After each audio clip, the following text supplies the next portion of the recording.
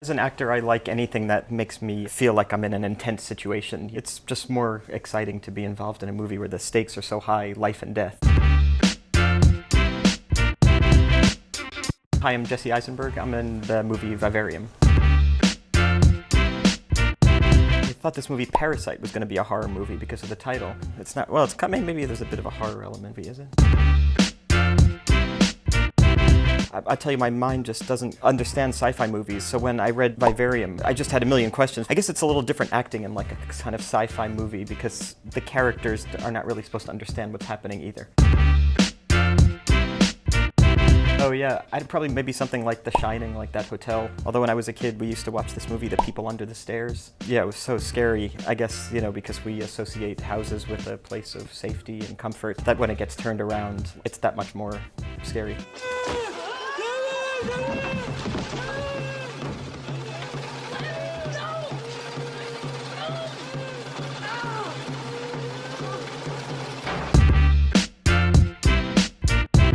My favorite movies were like Woody Allen movies, and he seemed like a normal person. I mean, he's a very specific kind of person, but you know, he's not like a romantic leading kind of character. And so when I started watching him in movies when I was younger, and when I started acting in movies, I was able to see him as like a kind of somebody who was similar to me. He was in all these movies with these great comedic actresses like Diane Keaton and Mia Farrow, and you know, so yeah, probably something like that because it felt familiar to me. And then I did movies with him, and I got to kind of live this weird kind of, you know, almost like a fantasy, like being in the aesthetic of something that I was very familiar with. I made like a television show with this kid, Elliot Smith. I was just shocked to see that this kid who was 11 years old had like better comic instincts than I did. I don't know how that happens. And the TV show didn't get picked up, so you can't see it anywhere, but this kid I'm sure has stuff online because he had like a channel on Vine.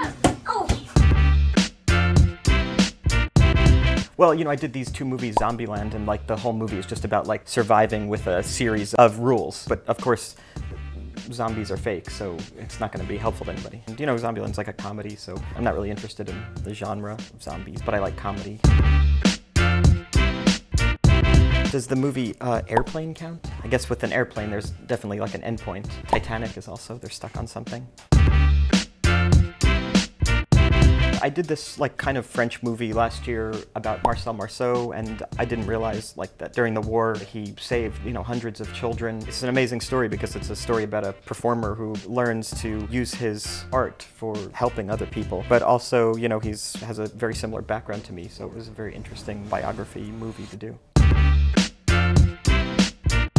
I haven't seen any of these great magic movies like what is it, the Illusion or Prestige or something like this. I didn't see that, but I'm in these other two magic movies, of course, and I didn't see those either because I don't like watching myself. So I've seen none of the magic movies. My friend and I once saw a midnight showing of The Italian Job, but there were no seats except in the front rows. I remember just associating this movie with just some horrible neck pain, but that was considered a heist movie.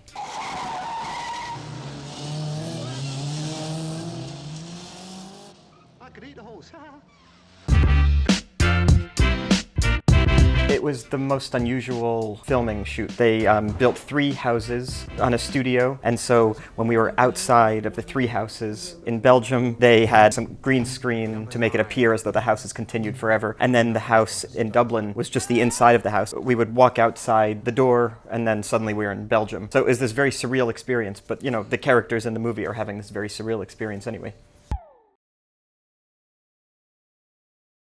Oh yeah, I'm sure. Let me think about that.